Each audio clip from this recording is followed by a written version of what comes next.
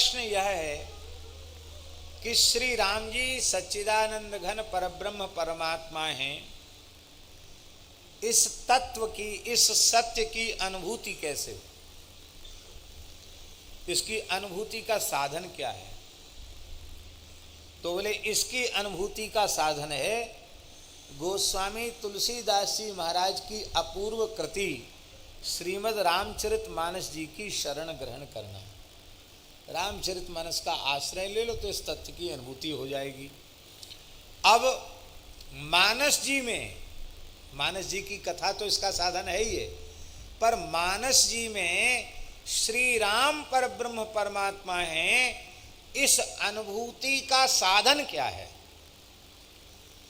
यदि रामचरितमानस में विचार, भगवान श्री राम का ऐश्वर्य गुण का बार बार प्रकाश माधुरी के साथ हुआ, ये तो है ही है, किंतु श्री राम परिपूर्ण परब्रह्म परमात्मा हैं, इस तत्व का अनुभव किसी साधक को, जिज्ञासु को होवे, इसका उपाय क्या है, इसका साधन क्या है? तो इसके साधन के रूप में ही गोस्वामी तुलसीदास जी ने रामचरितमानस में श्री महाराजाधिराज पतित पावन सर्व समर्थ श्री राम नाम महाराज की वंदना की। इसका मतलब है महाराज जी, सीधी सादी बात, खुले शब्दों में, कि चाहे जितनी पोथी के पन्ना पलट लो और चाहे जितना प्रवचन व्याख्यान दे लो, यदि आपने भगवान नाम का अनन्य भाव से आश्रय नहीं लिया, नाम साधना पर जोर नहीं दिया, तो श्री राम सच्चिदानंद परब्रह्म है, ये तत्व आपकी समझ में नहीं आएगा। आपके अंतःकरण के किसी न किसी कोने में शंका संदेह बना रह जाएगा।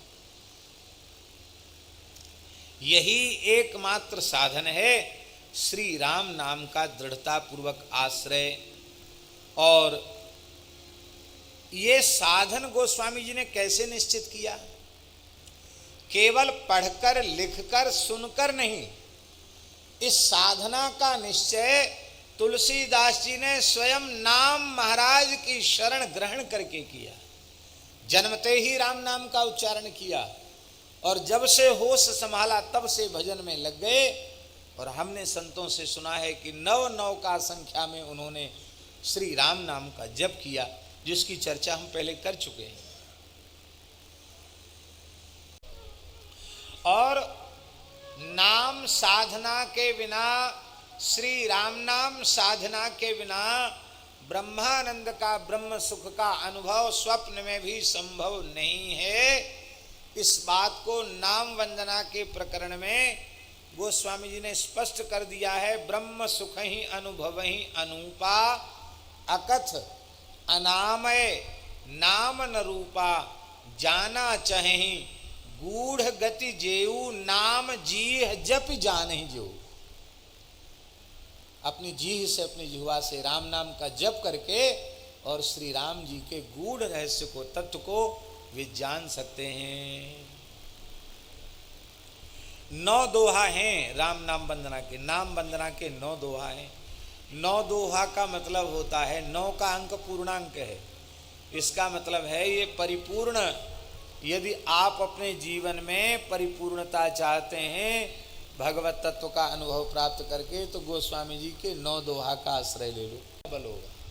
प्रेम भिक्षु जी महाराज, तो प्रेम भिक्षु जी महाराज कहते थे कि संपूर्ण रामचरितमानस पढ़ो तो अच्छी बात है, पढ़ना चाहिए, लेकिन वो कहते थे कि नाम वंदना पढ़ लो तो समझो नाम वंदना मानस जी का प्राण है। ये 9 दोहा रोज पाठ कर लो तो श्री प्रेम भिक्षु जी महाराज कहते थे संपूर्ण मानस जी के पाठ का फल आपको प्राप्त हो जाए, क्योंकि मानस जी का फल ही राम नाम में प्रीति है। और राम नाम में प्रीति इन 9 दोहे का आश्रय लेकर के राम नाम में अनन्य प्रीति हो जाएगी। बोलो भक्तवत्सल भगवान की जय। गोस्वामी जी की दृष्टि में भगवान का नाम चिन्मय है। वह केवल चेतन ही नहीं, सक्षम है, समर्थ है, सर्व समर्थ है। उसका अपरिमित महात्म्य है। और वंदना भी उसकी होती है जिसका अपरिमित महात्म्य होता है, जो सक्षम होता है, वो समर्थ होता है, जो सर्वलोक हितकारी होता है, उसी की वंदना होती है। और ऐसा भगवान नाम श्री राम नाम है। इसलिए गोस्वामी जी बड़े भावपूर्वक श्री राम नाम की वंदना कर रहे हैं। बोले मैं राम रघुवर के नाम राम नाम की वंदना करता हूं। कौन राम नाम? बोले हेतु कृषानु भानु हिम कर को। जो श्री राम नाम अग्नि और सूर्य और चंद्रमा, अग्नि सूर्य चंद्रमा इनका भी मूल कारण है। अग्नि का भी मूल कारण, सूर्य का भी मूल कारण और चंद्रमा का भी मूल कारण है। और कैसा है? बोले ये अगुण है, वेद का प्राण है, विधि हरि हर में यह श्री राम नाम विधि भी है, ब्रह्मा का स्वरूप है। माने ब्रह्मा जी का भी मूल कारण यही है, श्री हरि का भी मूल कारण यही है और श्री शिव का भी मूल कारण यही। माने श्री राम नाम में ही ब्रह्मा विष्णु महेश प्रतिष्ठित हैं, श्री राम नाम में ही अग्नि सूर्य और चंद्रमा प्रतिष्ठित हैं। इतना ही नहीं, यह श्री राम नाम गुणातीत है। माया के 3 गुण हैं, सत्व रज और तम, पर यह श्री राम नाम अगुण है। अगुण माने गुण रहित है, माया के 3 गुणों से रहित है और वेदों का तो प्राण है। वेद प्राण सो, वेदों का तो मानो प्राण ही है। इसका मतलब क्या हुआ? इसका मतलब ये हुआ कि राम नाम के बिना वेद मृत है, निष्प्राण है। वेद का प्राण भी श्री राम नाम है।